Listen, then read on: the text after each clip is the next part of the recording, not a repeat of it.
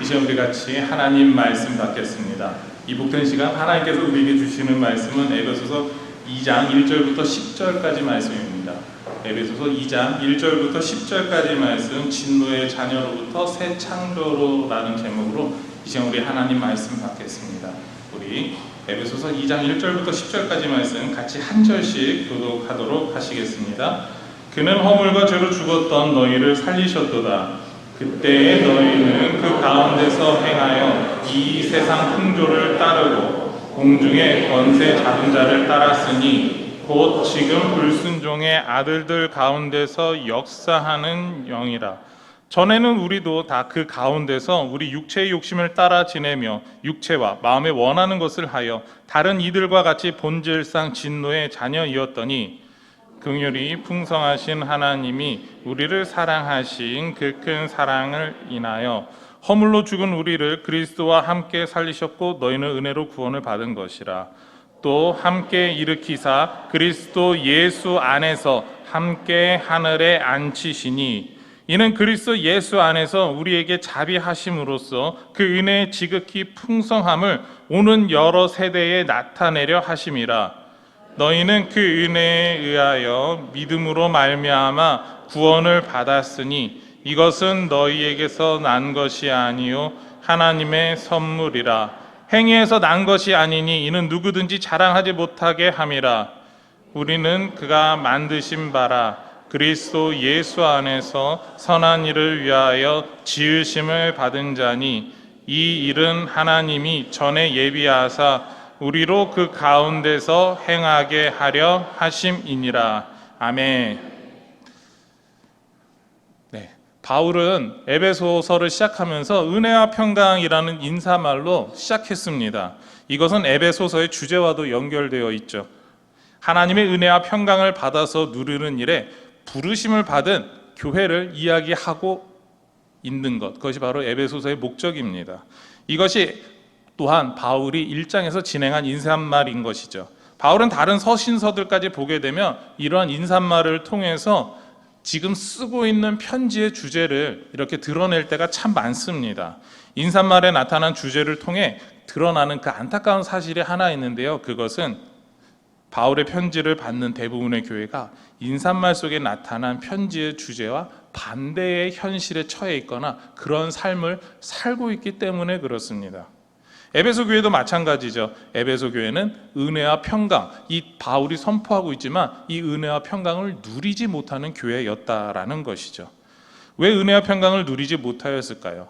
오늘 말씀 바로 이 점을 우리에게 알려주고 있습니다.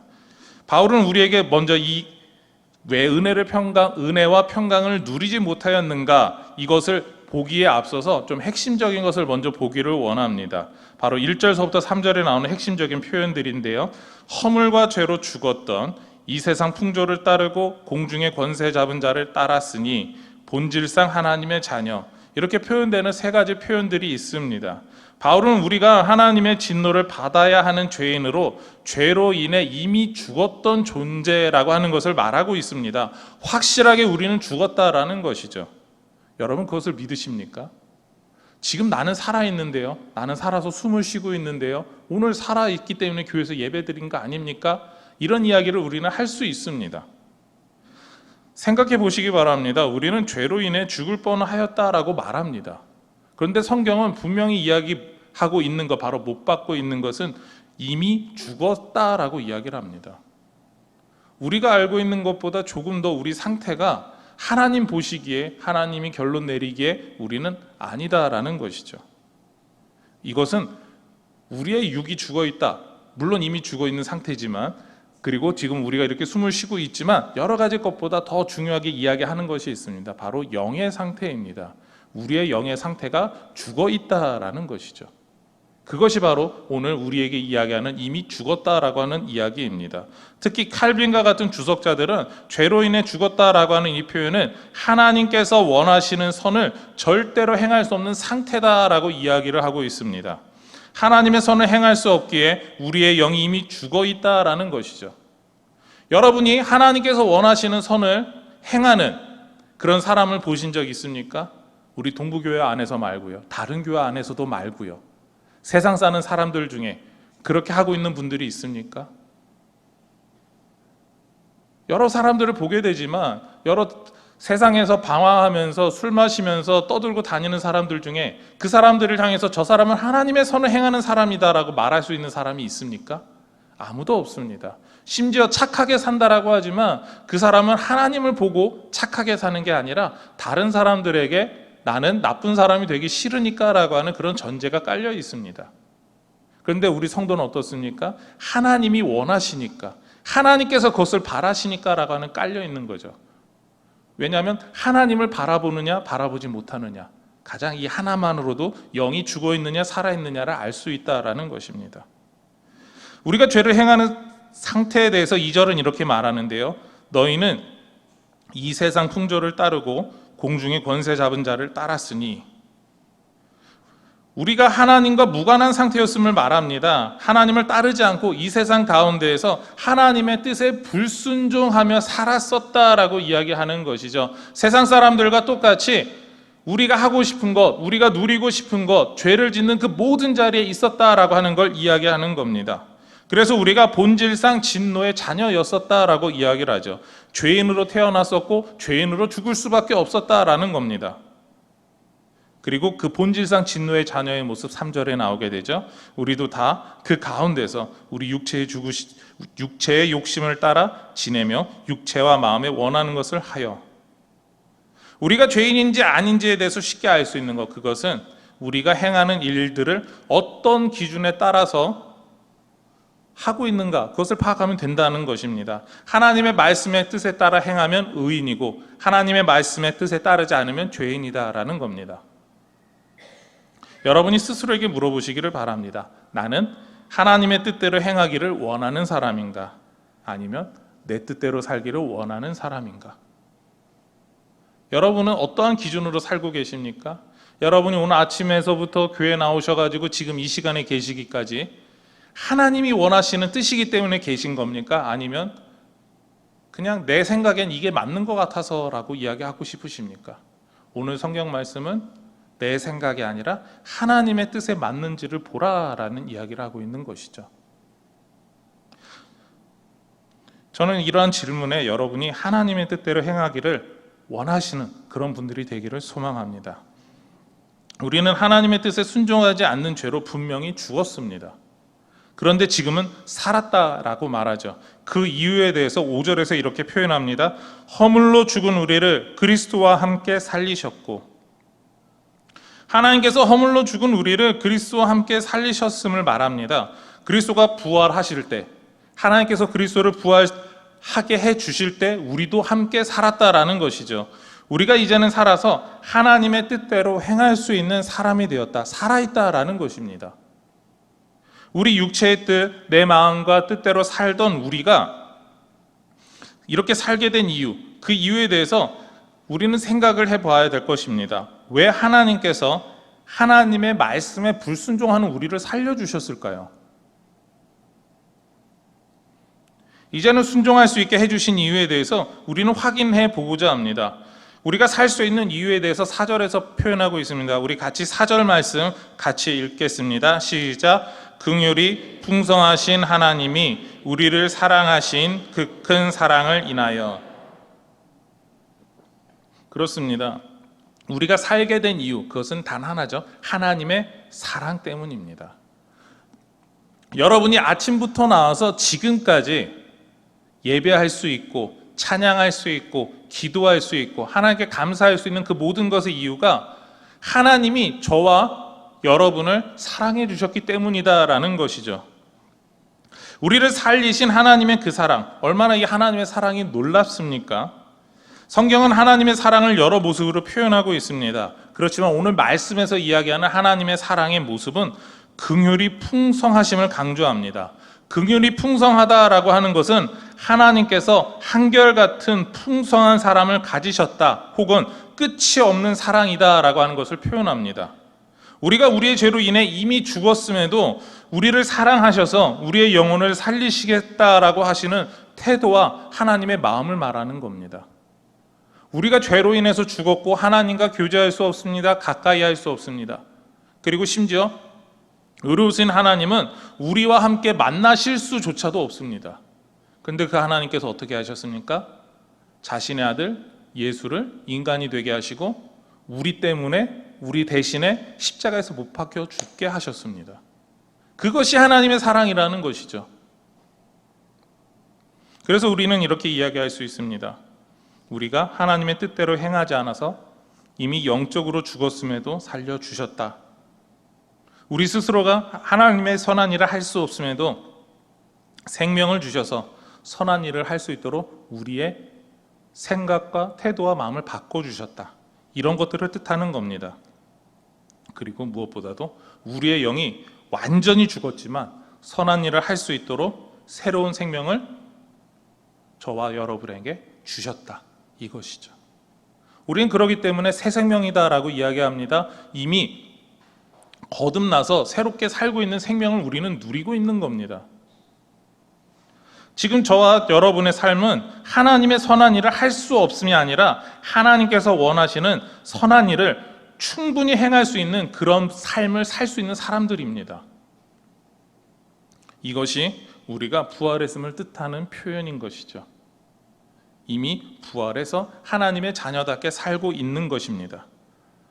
우리가 하나님의 자녀로서, 그리고 또한 우리가 언제 부활했습니까? 라고 말한다면 우리가 예수 그리스도를 구주로 믿은 그 순간, 그때 부활하였다라고 말할 수 있습니다. 영적으로 선한 일을 그때부터 할 수 있게 되었습니다. 여러분이 예수 그리스도를 나의 구주시고 나를 위해서 십자가에서 죽으셨고 지금 그 예수님이 하나님 우편에 앉아 계십니다를 고백할 수 있다면, 그리고 고백했던 그 시점이 있다면 그 시점부터 하나님의 선한 일을 할 수 있는 사람이 된 것입니다.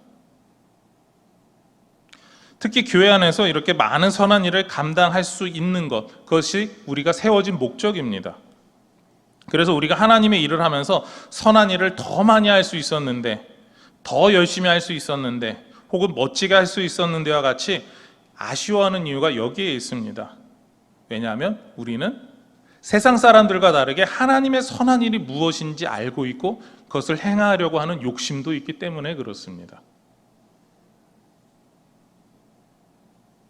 그렇다면 오늘 저와 여러분이 하나님의 선한 일을 감당한 것이 무엇일까요? 바로 예배, 찬양, 봉사, 기도입니다. 하나님께서 우리를 예배하기 위해서 부르셨고, 찬양하기 위해서 부르셨고, 봉사하기 위해서, 그리고 기도하기 위해서 부르셨습니다. 그렇습니다. 오늘 주일에 행한 모든 일이 하나님의 선한 일입니다.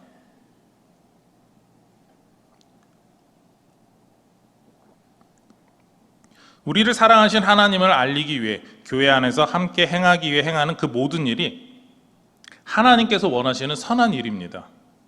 각자가 새벽부터 예배의 자리를 지켜오셨습니다. 봉사의 자리에서 여러 모양으로 섬겨오셨습니다. 찬양의 자리에서, 그리고 또한 기도하는 자리에서 함께 하셨습니다. 그 모든 것이 하나님의 선한 일입니다. 그리고 저는 하나님께서 기뻐하시는 일을 저와 여러분이 날마다 행하기를 소망합니다. 우리의 구원을 이야기할 때 같이 강조되는 이야기가 있는데요. 그것은 바로 하나님의 은혜입니다. 8절과 9절 말씀을 같이 보실까요? 너희는 그 은혜에 의하여 믿음으로 말미암아 구원을 받았으니 이것은 너희에게서 난 것이 아니요 하나님의 선물이라. 행위에서 난 것이 아니니 이는 누구든지 자랑하지 못하게 함이라. 우리의 구원은 하나님의 은혜로 주어진다라고 말하고 있습니다. 우리가 이 하나님의 은혜를 믿기만 하면 되는 것이죠. 그리고 여기서 강조되고 있는 것이 있습니다. 우리의 구원을 위해서 우리에게 주어진 바로 믿음, 그 하나님의 은혜는 우리가 가지고 있었던 것이 아니죠. 바로 하나님의 선물입니다. 선물로 거저 받은 것이죠. 그래서 9절은 행위가 아니다라고 말합니다. 우리가 우리의 구원을 위해 아무것도 행한 것이 없다라는 것이죠. 우리가 우리에게 구원이 필요함도 생각하지 못했습니다. 이것은 앞서서 본 것처럼 우리는 하나님의 선함을 행할 수 없는 죄인이고 생각할 수 없는 죄인입니다. 왜냐하면 이미 죽었었기 때문이죠. 그런데 하나님께서 우리에게 믿음을 주시고 은혜를 주셔서 그 가운데서 예수를 믿을 수 있게, 그 은혜를 사모할 수 있게 된 겁니다. 죽어 있다라고 하는 상태는 저와 여러분에게 이것을 뜻합니다. 우리는 구원이 필요함을 전혀 몰랐습니다. 구원을 위해서 무엇을 해야 하는지 전혀 몰랐습니다. 생각하지 못했다라는 것이죠. 아무것도 모르는 상태에서 우리에게 구원이 필요하다 선언하신 하나님의 말씀만 믿은 것, 그 믿음도 하나님께서 우리에게 주셨습니다. 그렇기 때문에 우리는 이렇게 말할 수 있죠. 하나님의 은혜로 주어진 구원을 믿을 수 있는 그 믿음조차도 우리는 거저 받았습니다. 하나님의 선물로 받았습니다. 그럼 여러분들이 그 모든 것들에 대해서, 믿음에 대해서, 구원에 대해서 자랑하실 수 있을까요? 아니요. 자랑할 게 아무것도 없습니다. 그럼에도 우리는 이런 것을 생각합니다. 신앙생활을 해온 횟수, 봉사한 이력, 우리의 직분 등 수많은 것을 자랑하려고 합니다. 자랑한다고 하면 많은 분들 앞에서 자랑할 것이 누구에나 있을 겁니다. 저도 자랑하려고 하면 교육전도사부터 부교육자 생활 이렇게 지금 올해까지 21년을 넘어서 22년 차로 이제 지금 접어든 횟수입니다. 그러니까 좀 오래 했죠. 한 번도 쉼 없이 계속해서 진행해 왔습니다. 그렇다고 해서 이것이 제가 이루고 싶어하는 것들, 그리고 사람들 앞에서 무언가 특별한 사람이다라고 자랑할 수 있는 그런 조건이 전혀 되지 않습니다. 그냥 그렇게 그냥 열심히 해오셨구나, 그 정도까지가 다일 겁니다. 그냥 경험했다라는 것이죠. 무엇보다도 하나님 앞에서 이것은 자랑할 것이 되지 못합니다. 하나님께서 저에게 구원을 주시고 그뿐만 아니라 하나님의 일을 할 수 있도록 불러주셨기 때문이죠. 저는 그거에 감사해서 그대로 순종했을 뿐이고요. 만약에 자랑한다라고 한다면 저에게 구원을 주신 하나님, 그리고 저를 교육자로 세워주신 하나님께 감사할 뿐입니다. 그것을 자랑할 뿐이죠. 그것이 전부일 겁니다. 나의 나된 것, 내가 지금 이루고 있는 것, 나의 그 모든 것, 바로 하나님이 주셨습니다. 하나님만 높이는 것, 그것이 바로 우리가 행해야 될 일이고요. 그 모든 것이 하나님이 나를 사랑해 주셨기 때문에, 그리고 저와 여러분을 사랑해 주셨기 때문에 주신 겁니다라고 말하는 것, 그런 자랑만 우리는 할 수 있을 겁니다. 이것은 모든 성도에게 동일합니다. 성도의 삶에서 예수를 구주로 영접하게 된 일, 그 살아온 모든 인생 여정, 지금도 하나님께서 베풀어 주신 그 사랑, 그 모든 것 가운데 이야기할 수 있는 것, 하나님이 지금도 우리를 사랑해 주십니다라고 하는 것, 그것을 자랑할 뿐입니다. 하나님의 사랑을 자랑할 뿐이죠. 믿음도, 봉사할 수 있는 위치도, 달란트도 전부 누가 주셨습니까? 하나님께서 주셨습니다. 그럼 그 모든 것을 주신 하나님께 감사할 뿐입니다. 그리고 이렇게 우리가 자랑할 수 있는 그 모든 것을 하나님께서 주셨습니다라고 말하는 것, 그것이 복음입니다. 그러니까 우리는 이 복음을 자랑하고 있는 사람들입니다. 여러분은 우리에게 주신 그 모든 것을, 그리고 그 모든 것을 주신 하나님을, 풍성한 은혜를 주신 하나님을 기억하셔야 됩니다. 그리고 하나님만 자랑하셔야 되는 겁니다. 하나님께서는 우리의 구원과 우리가 하나님의 선한 일을 행하는 것을 미리 예비하셨습니다. 10절 말씀인데요, 우리 같이 읽겠습니다. 시작. 우리는 그가 만드신 바라 그리스도 예수 안에서 선한 일을 위하여 지으심을 받은 자니, 이 일은 하나님이 전에 예비하사 우리로 그 가운데서 행하게 하려 하심이니라. 아멘. 10절 말씀에 보면 전에라고 하는 말이 있습니다. 이 말은 세상을 창조하시기 전에라고 하는 의미죠. 하나님께서 이 세상에 우리가 존재하기 이전에 이미 우리를 하나님의 선한 일을 위하여 예비하셨다라고 하는 의미입니다. 그리고 우리는 이 사상을 예정이라고 부르죠. 하나님께서 우리의 구원을 위해서, 그리고 구원받은 우리가 하나님의 뜻을 하기 위해서 부르셨다라는 겁니다. 창세 전에. 저와 여러분이 오늘 이 자리에 이렇게 하나님을 높일 수 있는 것, 예배할 수 있는 것, 기도할 수 있는 것, 찬양할 수 있는 것, 감사할 수 있는 것, 그 모든 것이 하나님의 예정 가운데 있었다라는 겁니다. 각자의 삶의 현장에서 하나님의 뜻대로 살아갈 수 있는 것, 예수 그리스도의 그 십자가에 대해서 감사할 수 있는 것, 그것을 믿을 수 있는 것, 그 모든 것이 다 예정이었다라는 것이죠. 우리는 하나님께서 하나님의 선한 일을 위해서 부르셨음을 기억해야 됩니다. 그리고 그 경험하게 되는, 그리고 해야 하는 그 모든 것, 하나님의 선한 일이기를 소망합니다. 그리고 우리가 그렇게 하나님의 선한 일을 행할 수 있게 된 그 상태, 앞에서 말한 것처럼 우리는 구원받았다라는 것이죠.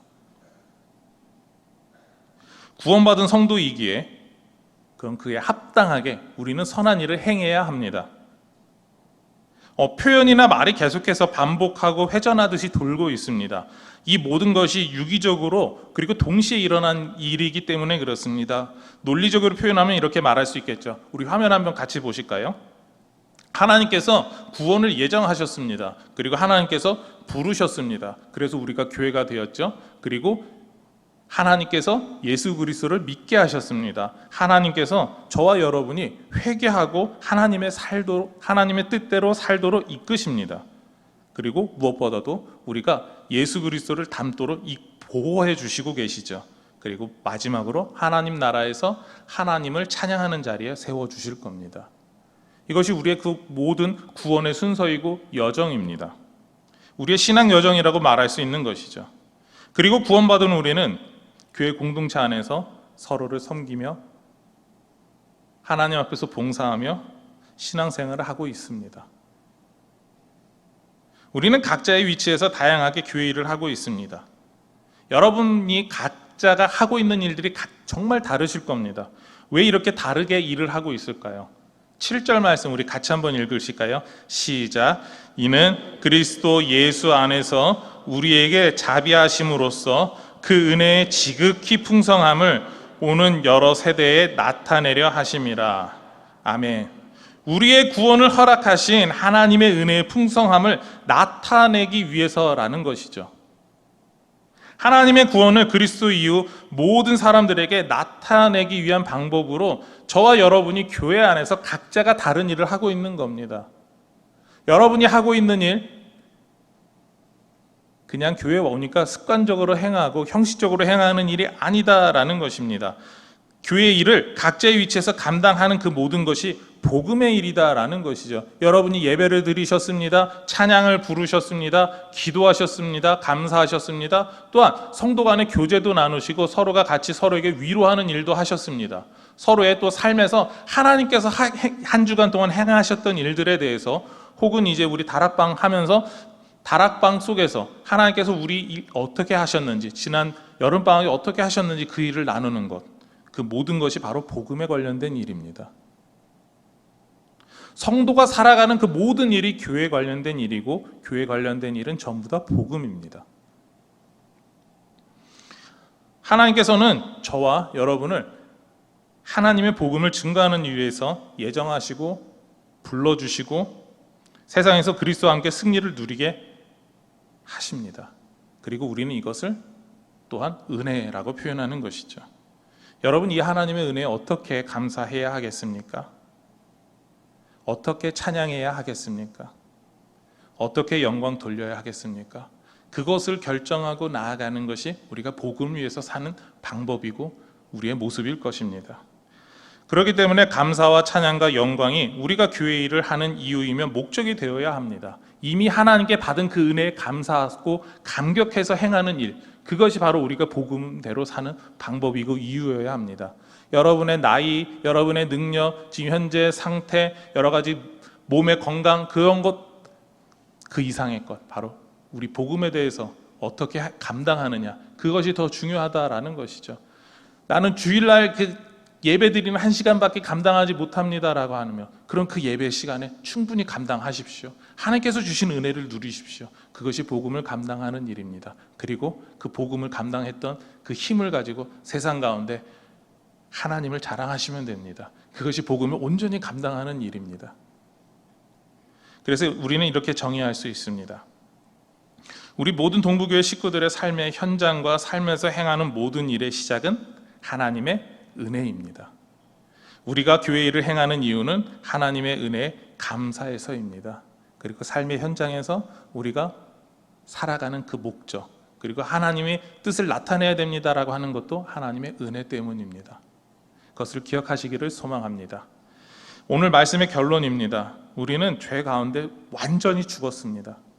우리는 죄로 인해 죽었지만 하나님께서 그리스도와 함께 저와 여러분을 살려주셨습니다. 그래서 구원의 은혜는 하나님의 은혜이며 선물입니다. 우리의 행위가 아니기에 자랑할 것이 전혀 없습니다. 하나님께서 우리에게 구원을 베풀어 주신 것은 하나님의 선한 일을 위하여 창세전에 예비하신 뜻이 있기 때문입니다. 우리는 이것을 예정이라고 이야기를 하죠. 우리는 하나님의 선한 일을 행함으로 하나님의 은혜의 풍성함을 드러내야만 합니다. 이 모든 것을 우리는 복음이다라고 부릅니다. 복음을 우리에게 주신 하나님께 감사하기 위해서, 감격하여서 우리는 교회 일을 지금도 감당하고 있습니다. 그리고 저와 여러분이 오늘 새벽부터 이 시간까지 이 복음을 잘 감당했을 것이다라고 저는 확신합니다. 이 놀라우신 은혜에 날마다 기쁨으로 동참하는 우리 모든 동부교회 식구들이 되기를 소망하며 축원합니다.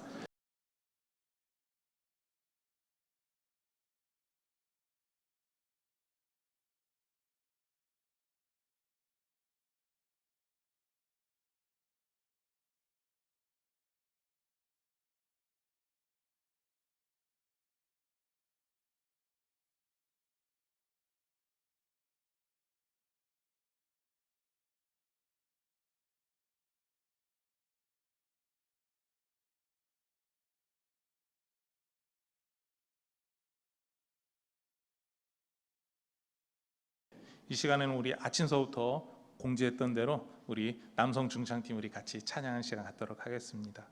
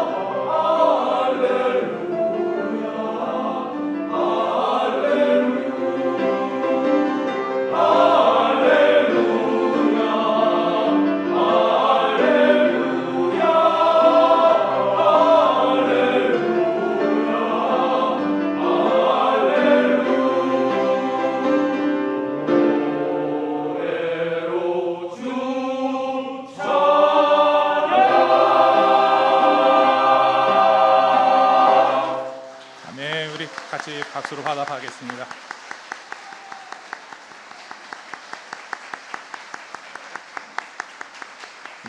감사합니다. 네, 우리 교회 소식 전하도록 하겠습니다. 예배 시간이 변경되었음을 참고해 주시기를 바랍니다. 우리 다음 주 주일 오후 예배 특송은 이 여전도에서 하게 됩니다. 그리고 이제 다락방 및 제자훈련 금요 예배가 재개됨을 기억해 주시고요. 그리고 화요일 날 동부산로의 남전도회 연합회 주관 남성중창 찬양 축제가 있습니다. 우리 남성중창팀 지금 했는데 잘할 것이라고 이렇게 확신이 확 들었습니다. 네, 그리고 또한 동부산로의 주교연합회 우리 10일에 찬양 율도 워십 경연대회가 토요일 날 교회에서 12시 40분에 출발하게 됩니다. 그리고 실제로 그곳에서는 1시 반에 부정교회당에서 진행하게 됩니다. 네, 그리고 또한 오늘 장례 광고 드립니다. 오후 예배 후에 권선자 집사님 시모 그 장례식이 진행되게 됩니다. 우리 여주에서 이렇게 진행되게 되고요. 같이 참석을 원하시는 분들은 우리 오후 예배 후에 같이 가시면 좋겠습니다. 네, 이 시간 우리 축도함으로 예배 마치도록 하겠습니다. 이제는 우리 주 예수 그리스도의 은혜와 하나님의 크신 사랑과 성령 하나님의 위로하시고 교통하시고 역사하심이 이 시간에도 우리 같은 한 교회가 되어서 주님께서 주시는 그 복음을, 그리고 또한 복음 안에서 기뻐하며 우리 하나님을 자랑하기를 원하는 우리 모든 동부교회 성도들을 위해 그 모든 삶의 여정 위에 지금부터 영원토록 함께 있을지어다. 아멘.